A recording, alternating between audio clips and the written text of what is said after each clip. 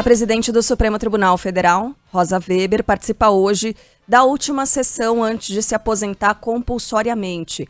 Ela será substituída no cargo por Luiz Roberto Barroso, em cerimônia marcada para amanhã, mas Lula ainda não escolheu quem vai ficar com a vaga dela.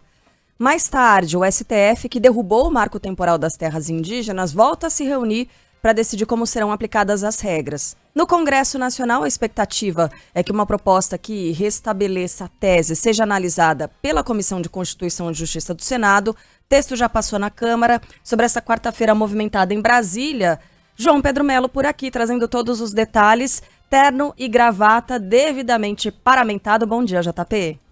Oi, Carlinha, bom dia para você, bom dia para todo mundo que está nos acompanhando. Pois é, uma quarta-feira cheia, como costuma ser aqui na capital do país, né? A gente vai ter aí, depois de quase 12 anos de atuação no Supremo Tribunal Federal, a ministra Rosa Weber comandando hoje a última sessão como presidente da corte. Lembrando que ela se aposenta oficialmente na próxima segunda-feira, dia 2 de outubro. Antes disso, amanhã ela passa a presidência ao ministro Roberto Barroso, uma cerimônia que está marcada também para 3 horas da tarde, né? A expectativa de que hoje os ministros analisem ainda o finalzinho das questões do marco temporal, essa tese que foi invalidada pela corte por 9-2 na semana passada, mas que, segundo Alexandre de Moraes, precisa que alguns detalhes sejam definidos. E a expectativa é de que os ministros definam esses detalhes hoje. Também devem ser definidas aí as regras que vão ser seguidas aí pela justiça, né, para todos os casos sobre demarcação de terras indígenas. A gente destaca ainda o seguinte, que a ministra Rosa Weber, como se aposenta na segunda-feira, nesse período, até a noite de domingo, pode apresentar votos ainda naqueles julgamentos que ocorrem em plenário virtual. Além disso, pode também proferir decisões até a noite de domingo, lembrando que na segunda-feira ela não faz mais parte do Supremo Tribunal Federal. Os votos dela continuam valendo, mesmo depois da aposentadoria, e isso significa dizer o seguinte, que quem vai suceder a ministra pode não votar em algum julgamento, caso essas questões sejam adiadas. Ontem, a ministra se despediu também do Conselho Nacional de Justiça, ela que era presidente, se emocionou durante as homenagens, disse que estava bastante chorosa, né? Estava muito emocionada de fato e que normalmente as lágrimas teimavam em escorrer para dentro, mas que nessa última semana isso não estava acontecendo, ela não estava conseguindo controlar as emoções. O fato é que essa substituição de Rosa Weber tem gerado muita pressão no presidente Lula, né? Ele ainda não escolheu o nome que vai assumir essa cadeira no Supremo Tribunal Federal, tem sido pressionado para escolher uma candidata negra, uma candidata mulher, mas disse que raça e gênero não farão parte da escolha. Hoje o Supremo tem 2 mulheres, contando inclusive com a ministra Carmen Lúcia e outros 9 homens. Nos bastidores, o nome que ganha mais força é o de Flávio Dino, ministro da Justiça e Segurança Pública, seguido por Jorge Messias, advogado-geral da União. Lembrando, Lula vai decidir essa questão na segunda quinzena de outubro, depois da cirurgia que vai fazer na sexta-feira, cirurgia no quadril, para colocar uma prótese ali na cabeça do fêmur, diante da situação de artrose que ele vem sofrendo aí nos últimos meses.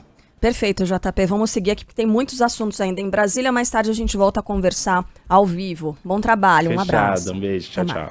Valeu. Ainda falando da Rosa Weber, né, que participou da última reunião como presidente do Conselho Nacional de Justiça. Ontem, neste encontro, o CNJ aprovou uma nova regra de gênero para a promoção de juízes. Os detalhes chegam com a Thalita Almeida. O Conselho Nacional de Justiça aprovou por unanimidade uma nova norma que busca igualar o número de juízes e juízas nos tribunais de segunda instância de todo o país. De acordo com o texto aprovado, serão criadas 2 listas, uma mista contendo juízes de ambos os sexos e outra exclusivamente composta por mulheres. Essas listas serão utilizadas alternadamente pelos tribunais de segunda instância.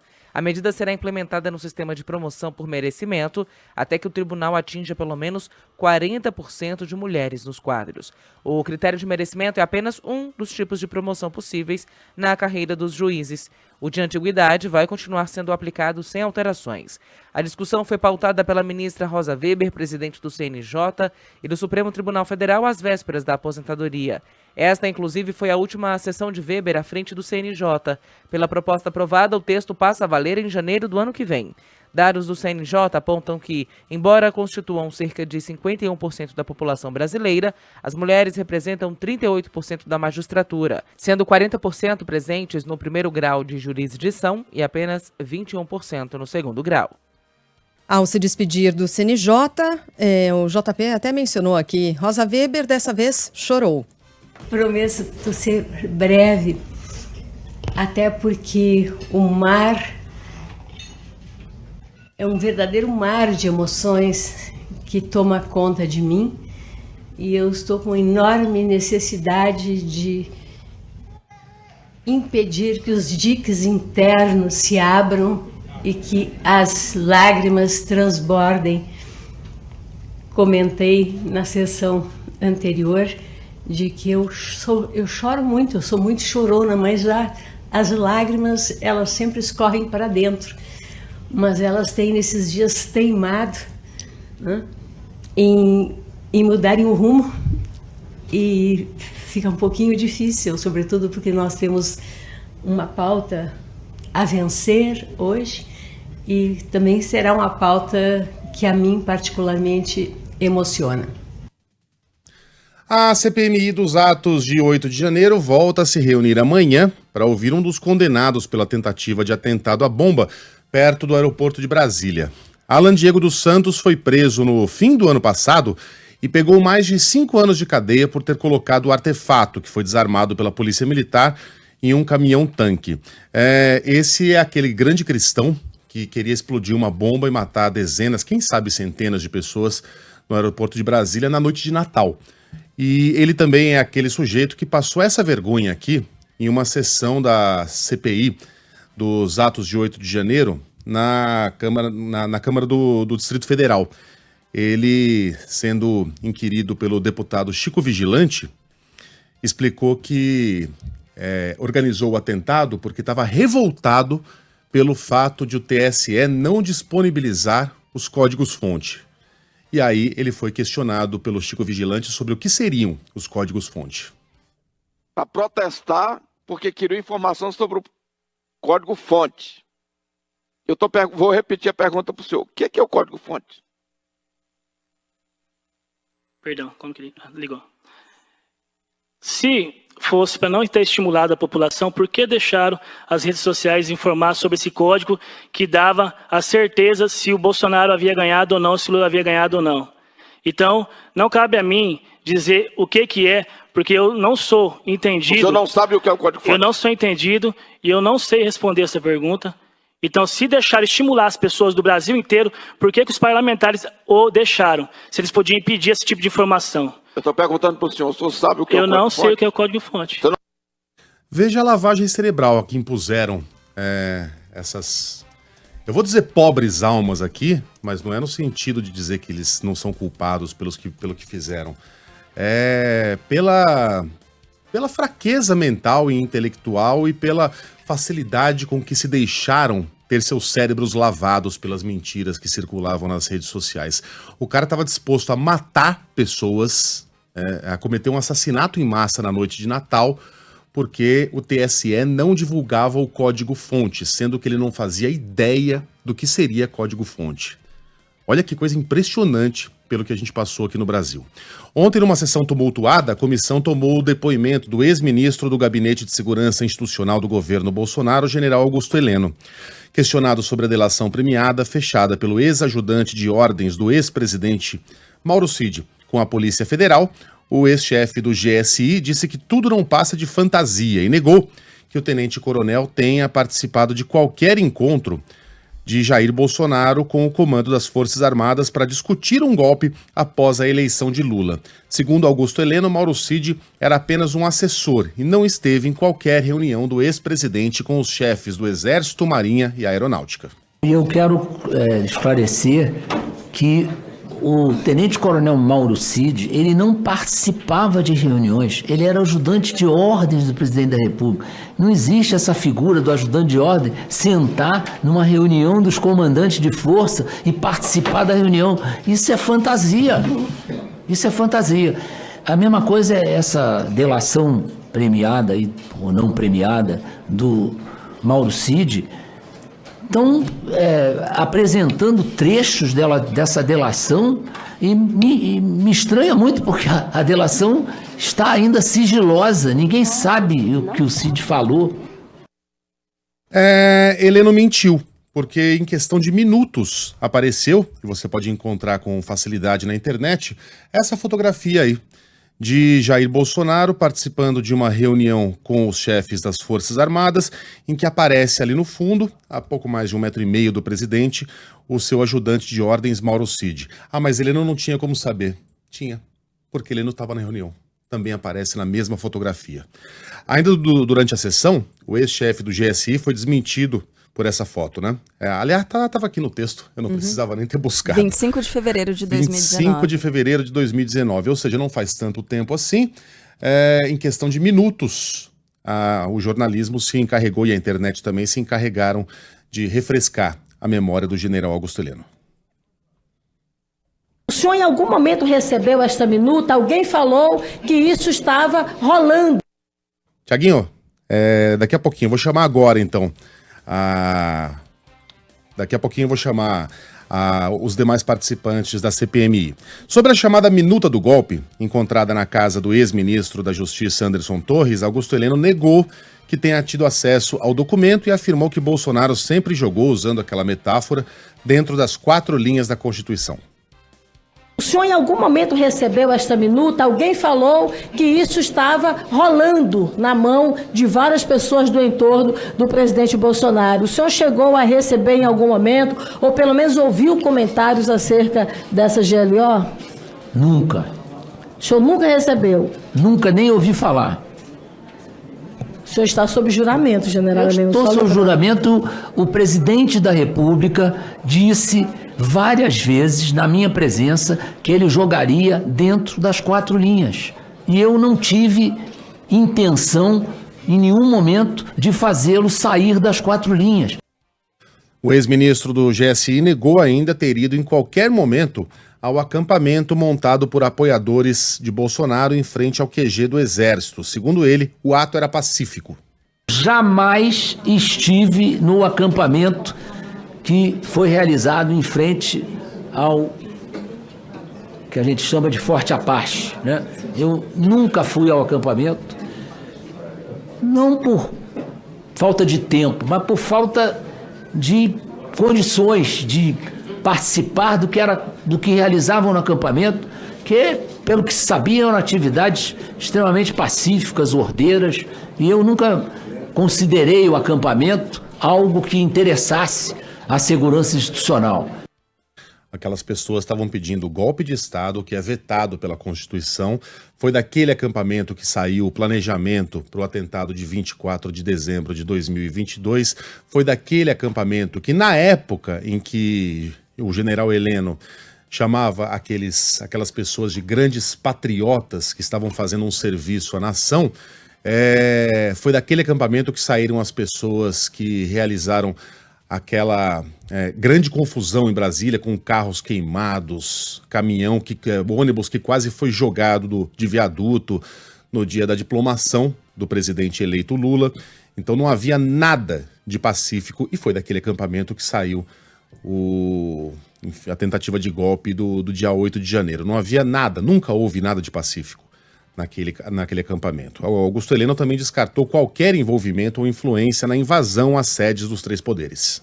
Já esclareci que a partir da meia-noite do dia 31 de dezembro de 2022, véspera da posse do atual presidente, deixei de ser ministro de Estado. Daí em diante, não fiz mais qualquer contato com os servidores do GSI ou da Presidência da República. Portanto, não tenho condição de prestar esclarecimentos sobre os atos ocorridos no dia 8 de janeiro de 2022. Outro ponto que queria deixar bem claro, por uma questão ética e profissional, eu jamais me vali de reuniões ou palestras ou conversas para tratar de assuntos eleitorais ou político-partidários com meus subordinados no GSI. Não havia clima para isso e o único ser político do GSI era eu mesmo. Os demais eram servidores do Estado brasileiro. Não custa lembrar que o general Augusto Heleno participava de um grupo de WhatsApp chamado Notícias Brasil, do qual fazia parte também o general da reserva Sérgio Etchegoyen, que comandou o GSI no governo Michel Temer. Esse grupo existiu exatamente até o dia 8 de janeiro de 2023, o dia dos ataques às sedes dos três poderes, e mensagens como: esse Rodrigo Pacheco é o maior canalha do Brasil hoje, porque ele não fez o que tem que fazer. Esse cara vai passar para a história e para as leis da história do Brasil, porque ele não deixa o Congresso fazer o que tem que ser feito. Ninguém tem que caçar, ninguém tem que respeitar ninguém do STF, não. Tem que caçar. São bandidos. Não existe justiça no Brasil, existe uma quadrilha instalada no STF, entre outras mensagens que pediam uma intervenção militar. O general Heleno não escreveu nenhuma mensagem nesse grupo, mas ele lia todas. Isso é possível conferir pela quebra de sigilo dos celulares de vários envolvidos nesse grupo golpista. E o Heleno já havia falado sobre ele. Eu não me lembro de ter lido essas mensagens porque não me lembro desse grupo. Já havia falado a respeito desse assunto, mas ele compartilhava dessas ideias golpistas, ainda que em silêncio, nesse grupo de WhatsApp. Por fim, no depoimento de ontem, o ex-chefe do GSI se irritou com uma pergunta da senadora e relatora da CPMI, Elisiane Gama. Na sua opinião, as eleições brasileiras agora em 2022 foram fraudadas? Já tem o resultado das eleições, já tem um novo presidente da República. Pô, não posso dizer que foram fraudados, foram examinados. O senhor mudou de ideia, né? Muito obrigada, presidente. Ela fala as coisas que ela acha que tá na minha cabeça. Porra, é pra ficar puto, né? Puta que presidente, por favor, respeito à relatora, ao presidente. Próximo. Tá demais. Melhores momentos da participação de General Augusto Heleno na CPMI dos atos do dia 8. Já tem mais informações e mais análises a esse respeito. A gente segue em Brasília porque o TSE excluiu as Forças Armadas e o STF das entidades que fiscalizam as urnas eletrônicas. Fala, Leandro Aislan. Por decisão unânime, o Tribunal Superior Eleitoral decidiu nesta terça-feira retirar da lista de entidades fiscalizadoras do processo eleitoral as Forças Armadas e o Supremo Tribunal Federal. As entidades listadas são autorizadas a acompanhar as fases de auditoria das urnas e dos sistemas eleitorais, o que não será mais permitido às Forças Armadas. Os ministros da Corte seguiram o relator da ação, o presidente do tribunal, o ministro Alexandre de Moraes, que ressaltou que a participação das Forças Armadas como entidade fiscalizadora não se mostrou necessária e é incompatível com as funções constitucionais da instituição. Moraes defendeu ainda que cabe ao STF a análise de eventuais ações e recursos propostos contra decisões do TSE. Bom, rapidamente, a gente acaba de receber a informação de que a Polícia Federal deflagrou nesta manhã a 17ª fase da Operação Lesa Pátria, que tem como alvo financiadores dos ataques do dia 8 de janeiro. Estão sendo cumpridos 3 mandados de prisão preventiva, 10 mandados de busca e apreensão expedidos pelo Supremo Tribunal Federal em São Paulo, Paraná, Minas Gerais e Goiás, diz aqui o texto. Os fatos investigados constituem, em tese, os crimes de abolição violenta do Estado Democrático de Direito, golpe de Estado, dano qualificado, associação criminosa, incitação ao crime, destruição e deterioração ou inutilização de bem especialmente protegido. Mais ou menos o que diz os demais textos da operação. Ainda não temos nenhum nome dos envolvidos nesses mandados de prisão preventiva ou de busca e apreensão. Bom, já mais informações sobre isso. Em frente com outros destaques de hoje, o Ministério da Igualdade Racial exonera a assessora que ofendeu os paulistas e a torcida do São Paulo durante a final da Copa do Brasil. Marcele Decoté postou uma foto no estádio do Morumbi com a seguinte legenda: torcida branca que não canta, descendente de europeu safade, pior tudo de pauliste. Depois ela continuou com xingamento e tal. A ex-assessora especial de Aniele Franco estava na comitiva que viajou de Brasília a São Paulo em um jatinho da FAB no último domingo. Segundo a ministra, a ida ao estádio do Morumbi foi para assinar um protocolo de combate ao racismo no esporte junto à CBF. Em nota, o Ministério da Igualdade Racial afirmou ter compromisso inegociável com a campanha de igualdade, baseado na transparência e no cuidado, e que a exoneração de Marcele Decoté aconteceu para evitar que atitudes não alinhadas interfiram no cumprimento institucional da pasta. Ainda segundo essa nota, as manifestações da ex-assessora estão em evidente desacordo com as políticas do Ministério. Registre-se que houve muitas reações negativas e com toda razão. A repercussão foi muito grande e só depois disso veio a exoneração. Vamos comparar essa nota que eu acabei de ler aqui com a primeira nota divulgada pelo próprio Ministério da Igualdade Racial. Nessa primeira nota, o que dizia o Ministério? Que iria apurar, evidentemente, que o caso seria submetido às instâncias internas de investigação, mas falava o seguinte: as postagens foram feitas em momento de descontração, fora dos ritos institucionais e de tom informal. Fora dos ritos institucionais. Bom, então não deveria ter viajado de avião da FAB. Aquilo era, sim, um compromisso institucional. Era sim. E a própria ministra depois falou isso. Foi para lá para assinar um protocolo. Então, é um compromisso institucional. Não cabe essa primeira nota do Ministério falando em momento de descontração. Aliás, tem outra questão, né? Então, você pode ser preconceituoso, como ela foi, em momento de descontração. Fora dos ritos institucionais. Mentira. Avião da FAB sendo usado para isso é evento institucional. E de tom informal. Enfim, depois de toda a reação, mudou o tom da nota também. A Unisa diz que vai cumprir a decisão da Justiça e reintegrar os 15 alunos de medicina expulsos depois de serem flagrados fazendo gestos obscenos em uma partida de vôlei feminino. Os detalhes com o Thiago Muniz. Bom dia, Muniz. Bom dia, Megali. Bom dia a todos. A volta dos alunos foi determinada em caráter provisório pela 6ª Vara Federal de São Paulo. A juíza Denise Aparecida acolheu o pedido da defesa de um aluno que alegou que não foi ouvido e que poderia ter prejuízos no caso de arquivamento da investigação no futuro. Apesar da solicitação ter sido realizada por um estudante, ela beneficiou a todos os outros porque a magistrada suspendeu a portaria que autorizou a expulsão. Ao analisar o caso, a juíza ressaltou que as universidades têm autonomia. No entanto, ela relembrou que cabe ao Poder Judiciário analisar se os atos administrativos praticados respeitaram os princípios da legalidade, da ampla defesa e do contraditório. A decisão também autorizou o retorno do autor da ação às atividades acadêmicas, com a reposição das aulas e as demais atividades não realizadas. A gente lembra do caso, tem sido largamente discutido. Em abril deste ano, alunos da Unisa ficaram pelados e simularam uma masturbação durante um jogo de vôlei feminino num campeonato universitário que foi disputado na cidade de São Carlos. As imagens ganharam repercussão nos últimos dias. A expulsão ocorreu agora, revertida em caráter liminar pela Justiça Federal em São Paulo. Valeu, Thiago. Eu que agradeço. Começou esse jornal falando sobre altas temperaturas no Sudeste.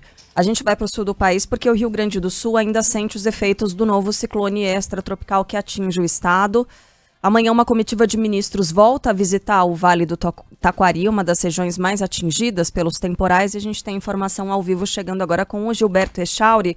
Como é que está a temperatura por aí, Echauri? Está alta? Já está baixa, né? A gente sabe que está chovendo demais e que há muitos estragos, né, que foram registrados. Bom dia para você.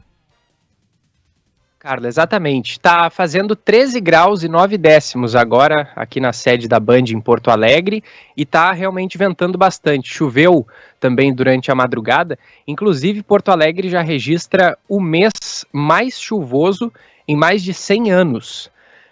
Ontem foram divulgados os acumulados de chuva, passa de 400 milímetros o volume de chuva em Porto Alegre, somente neste mês de setembro. Ontem tivemos a morte de uma mulher que teve o carro onde ela estava levado pela água durante uma enchente no interior do município de Barra do Ribeiro, que fica aqui na Grande Porto Alegre. Vítima foi identificada como Elizabeth Terezinha Nunes, de 60 anos. Ela estava no carro com o marido e 2 crianças, passando pela localidade de Serrinha. Eles estariam voltando para casa quando houve o acidente. Ontem, a Prefeitura de Porto Alegre terminou de fechar as comportas do Rio Guaíba, que atuam como uma barreira de contenção para que, caso haja o transbordamento, a água não invada o centro da cidade. Lembrando que isso já aconteceu lá em 1941, houve uma grande enchente ali na região central da cidade, o que motivou justamente a prefeitura a construir esse muro que teve ontem as comportas fechadas. Na região das Ilhas, que também é banhada pelo Guaíba, há mais de 100 pessoas fora de casa. E ali, naquela região do cais onde as comportas foram fechadas, o nível da água já está em 2,90 metros. A cota de inundação é de 3 metros. Como você disse, amanhã ministros vêm ao Rio Grande do Sul. Hoje também o governador Eduardo Leite se encontra com o presidente da República, Luiz Inácio Lula da Silva, para mais tratativas de apoio do governo federal aos municípios atingidos pelas enxurradas de setembro. Em Tapes, município banhado pela Lagoa dos Patos, aqui na região próxima a Porto Alegre, também há cerca de 100 pessoas fora de casa, famílias estão sendo acolhidas em abrigos da cidade. E no Vale do Taquari, região que foi mais afetada por aquelas inundações do início do mês, Mussum foi o município mais atingido e teve 40% das casas da região que não tem mais condição de habitação. Ontem o prejuízo foi estimado em 231 milhões de reais. Foi lançado um programa que traça as metas de recuperação a serem tomadas a partir de agora. O prefeito Matheus Trojan reforça a importância dessa iniciativa e comenta sobre o plano. Primeiro, prestar contas do que já foi feito, do que está sendo feito, do que vai ser feito. Segundo, identificar para a população, para as pessoas, quais são os recursos que a gente acessa através do governo federal, governo do estado e do próprio município. E terceiro, mas também fundamental, a questão de apresentar aquilo que nos falta ainda. Onde a iniciativa privada, as instituições, as ONGs podem se inserir e nos ajudar.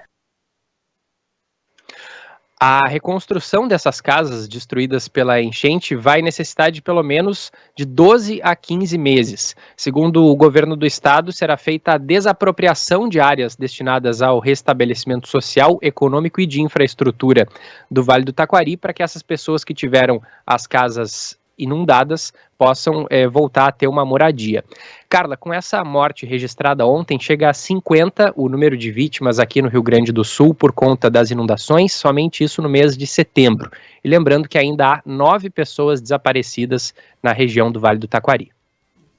É triste demais, é um número muito, muito alto. O Gilberto Echauri trouxe 200 e tantos milhões de reais, que quando você olha, né, numa perspectiva, não parece tanto dinheiro, quando você coloca isso numa realidade de uma média ou grande cidade, mas para uma cidade do tamanho de Mussum, uma cidade pequena, e o próprio Gilberto Echauri disse, 40% das casas não tem mais condição de receber as pessoas, então quase metade da cidade que foi devastada, né, por essa enchente.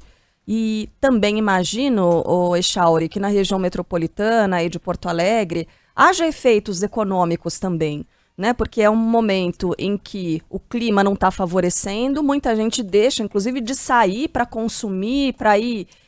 Eu sei que a gente teve informação ontem de um comerciante, né, um livreiro, dizendo, olha, eu não vendo nada já faz tempo, já faz dias que ninguém aparece por aqui.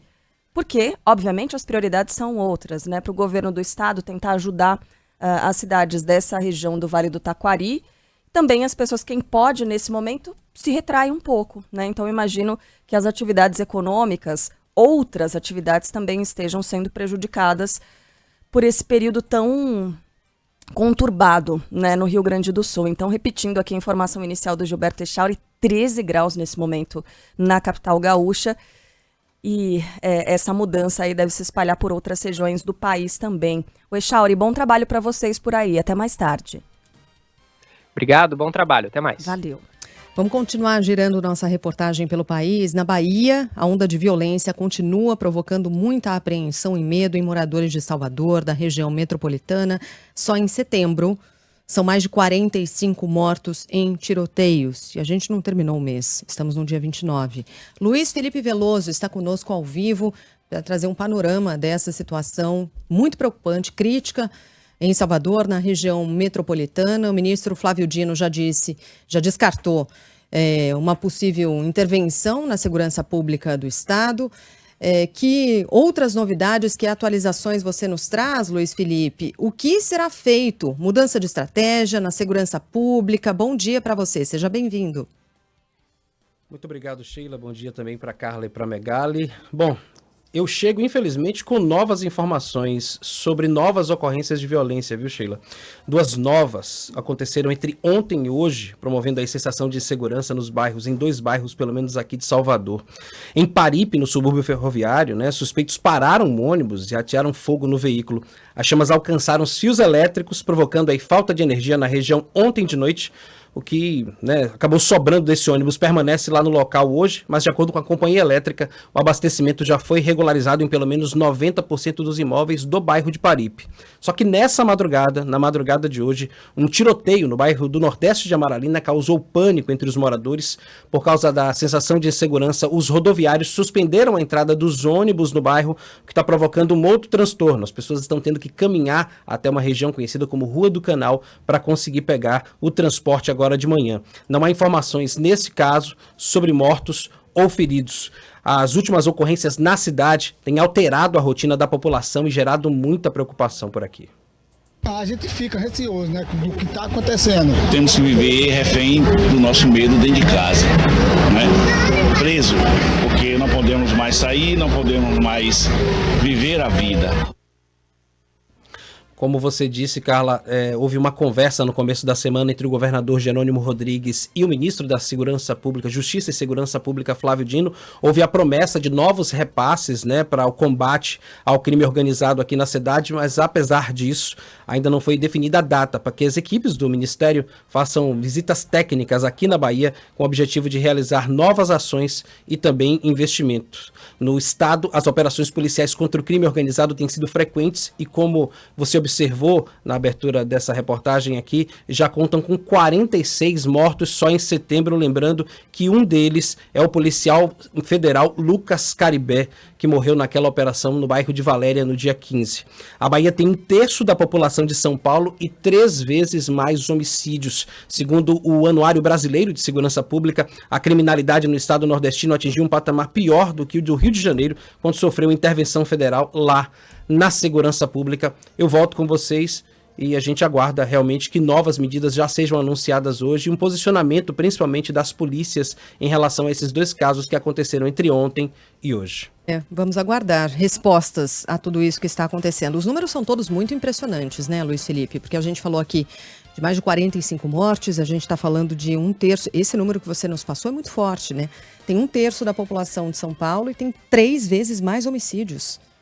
Olha que situação, olha que preocupante. Isso significa que, na média, para cada pessoa morta em São Paulo, são 9 na Bahia, dessa maneira.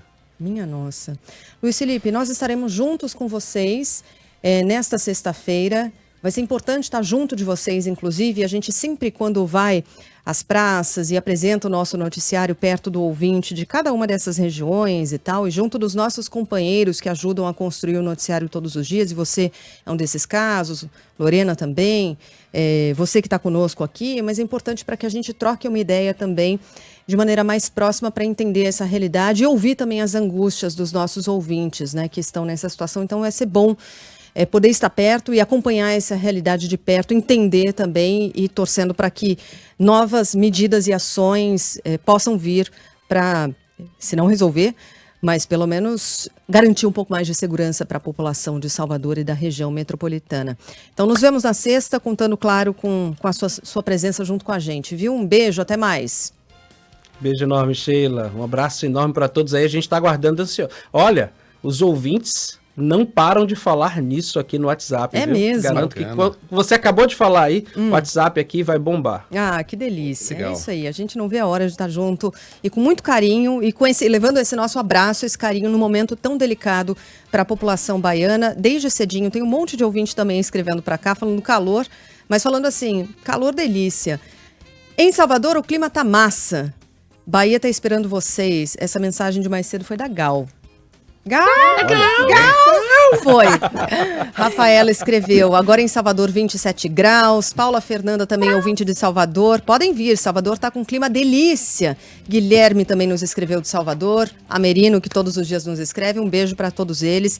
Muito obrigada aqui. A gente não vê a hora de chegar e estar junto de vocês. Por isso que a Sheila falou dia 29. Ansiedade para chegar logo dia 29, né? 29, sexta-feira. Eu falei 29? Sexta-feira, tá. Sexta-feira a gente tá. As margens da Bahia de Todos os Santos. É isso. Luiz Felipe, um abraço para você. Até mais. Deixa eu só responder a algumas pessoas que falaram, não, essa conta tá errada, não é 9-1, é 3-1. Gente, é 9-1.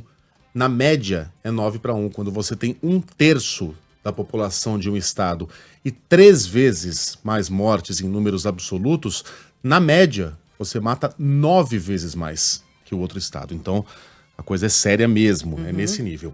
Bom, com mais de 1 milhão de pessoas na fila de espera por uma perícia, o INSS promete mais uma vez agilizar a aprovação de benefícios. Do total, 600 mil são pedidos iniciais do antigo auxílio-doença. O produtor de eventos Denilson Fachin descobriu um câncer, teve que se afastar do trabalho e precisou buscar o INSS para receber o benefício por incapacidade temporária. Foram 4 meses de espera e o pedido foi negado. É uma tensão, vivendo de favores, então sua cabeça ela fica dividida entre dívidas e saúde. A partir de agora, os benefícios de auxílio-doença inferiores a 180 dias serão tratados remotamente. Os novos casos deverão ser atendidos pelo aplicativo Meu INSS ou pelo telefone 135.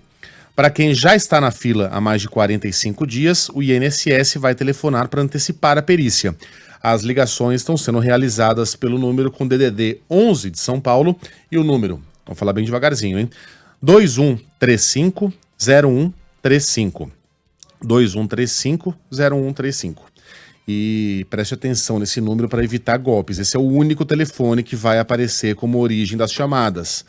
O INSS não pede número de documentos, não pede foto, não pede conta corrente, muito menos senha, tá? Então, nenhum dado pessoal. Se alguém pedir, é golpe. Desligue imediatamente.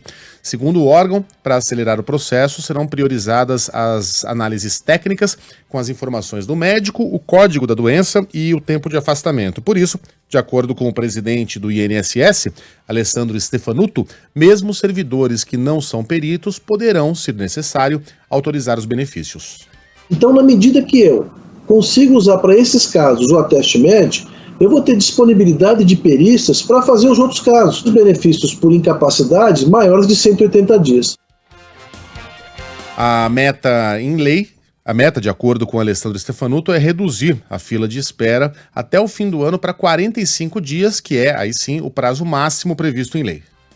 Nós temos estudos que comprovam que com as medidas que nós estamos tomando, em dezembro nós estaremos efetivamente em 45 dias, que é o prazo legal. Pessoalmente, eu acho o prazo de 45 dias muito alongado, porque a pessoa acaba tendo uma descontinuidade da renda dela. E aí os boletos chegam, ela tem que pagar as coisas e não tem. Então nós devemos chegar no ano que vem, aí é um compromisso pessoal do ministro e meu, chegar em 30 dias. O Álvaro, que é de São Paulo, nosso ouvinte, deu uma sugestão muito boa aqui, que desde já as pessoas salvem esse número no telefone com o nome INSS. Já tem bastante gente fazendo isso, né? E vale a pena mesmo. Então vai, gente, telefone na mão, a não ser que esteja dirigindo, obviamente. Todo mundo pronto? Código 11, vamos lá, 2135-0135.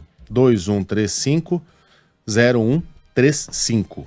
Pronto, salva aí com o nome INSS para que você saiba quando a ligação for quente e quando a ligação for de algum golpista.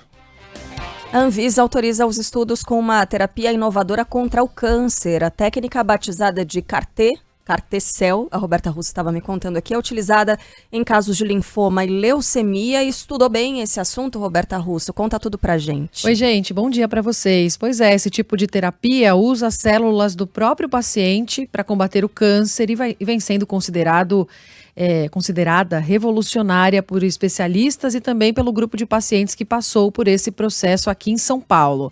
Essa nova autorização permite que a Fundação Hemocentro de Ribeirão, em parceria com o Instituto Butantan, façam um ensaio clínico mais amplo agora dessa terapia celular, porque o primeiro grupo envolveu apenas 15 pacientes.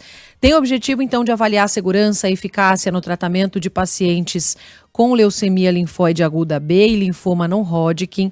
Os voluntários da pesquisa são pacientes que já passaram por outros tratamentos disponíveis, inclusive transplante de medula, e não tiveram resposta satisfatória. A gente ouviu muito falar sobre essa terapia no fim de maio, por causa do caso daquele paciente Paulo Peregrino, de 61 anos, ele é publicitário de Niterói, um dos 15 que passaram pelo teste, né, pelo tratamento aqui em São Paulo. Ele lutava contra um câncer desde 2010, teve um câncer de próstata primeiro, depois em 2018 descobriu ter um linfoma que acabou se espalhando por vários locais do corpo, chegou a fazer várias sessões de quimioterapia, transplante de medula óssea, nenhum dos tratamentos teve efetividade e aí passou pelo CAR-T e foi considerado em remissão da doença. É claro que vai ser acompanhado, só é considerada a cura depois de 5 anos, mas os exames dele foram considerados realmente um sucesso pelos médicos. Em maio a gente conversou com ele aqui na Band News FM, eu e o Renan Suquevicius, a gente conversou com o Paulo,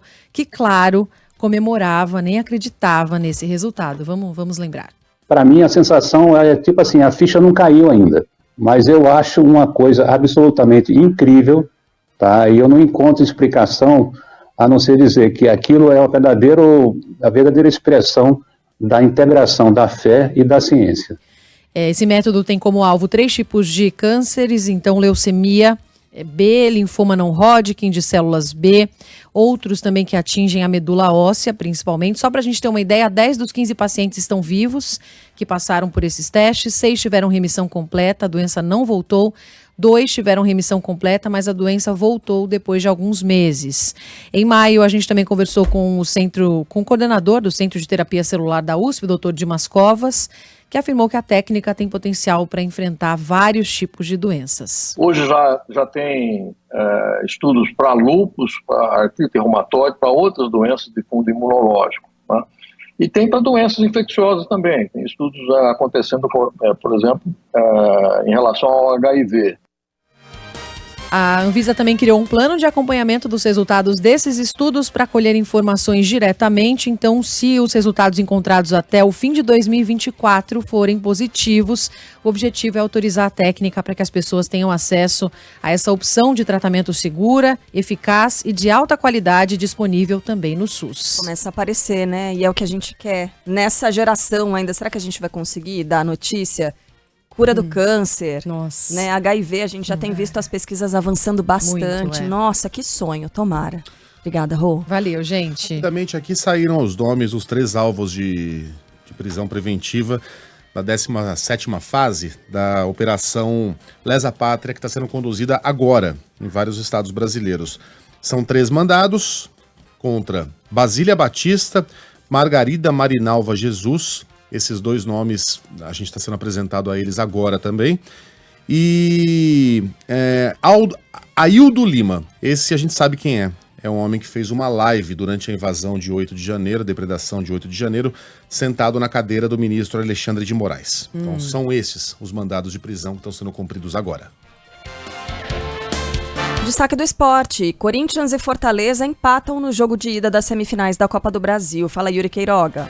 Corinthians e Fortaleza abrem a semifinal da Copa Sul-Americana com um empate por 1-1 na Neoquímica Arena. O jogo movimentado em campo, com os 2 gols no primeiro tempo, marcados por Zé Wellison, com direito a longa consulta no VAR, que reformou a decisão do árbitro Esteban Ostoit de marcar falta no lance. E por Yuri Alberto, foi turbulento nas arquibancadas. Membros de 2 torcidas organizadas do Fortaleza entraram em confronto mais de uma vez e a polícia foi acionada. Cerca de 30 pessoas foram detidas. Antes do início do jogo, sinalizadores foram acesos pelas organizadas do Corinthians enquanto era exibido um mosaico com a frase "Não para de lutar". Um deles provocou um princípio de incêndio e correria. Uma torcedora que inalou monóxido de carbono passou mal e ao cair sofreu uma fratura no braço, sendo levada para uma unidade de pronto atendimento. O jogo de volta entre Fortaleza e Corinthians será na terça que vem na Arena Castelão.